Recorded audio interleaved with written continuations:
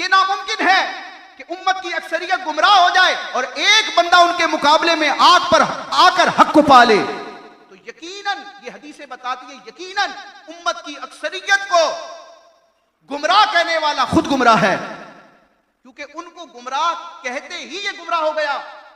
क्योंकि वो जो उलमा हैं, जो उम्मत की अक्सरियत है, मेजॉरिटी है, उनको तो हुजूर फरमाते हैं कि ये कभी भी गुमराही पर जमा नहीं होंगे। तो ये माज़ अल्लाह हुजूर की इस बिशारत का मुनकिर हो रहा है।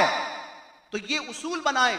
हम छोटी छोटी बातों पर परेशान हो जाते कि यार आज तक तो हम ये कर रहे थे, हम नबी करीम अलैहिस्सलाम से इस्तिगासा करते थे, आपको या के जरिए निदा करते थे, हम नबी करीम अलैहिस्सलाम के सहाबा का अदब व एहतराम करते थे, हम औलियाए किराम को रब की बारगाह में पहुंचने का वसीला बनाते थे।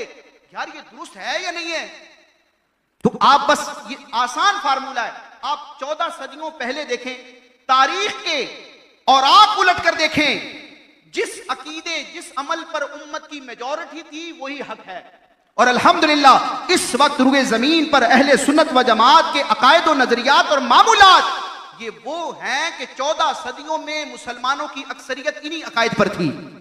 कोई भी मसला हो, अकीदे का कोई मसला हो, मुसलमानों की अक्सरियत हमेशा इस पर रही है।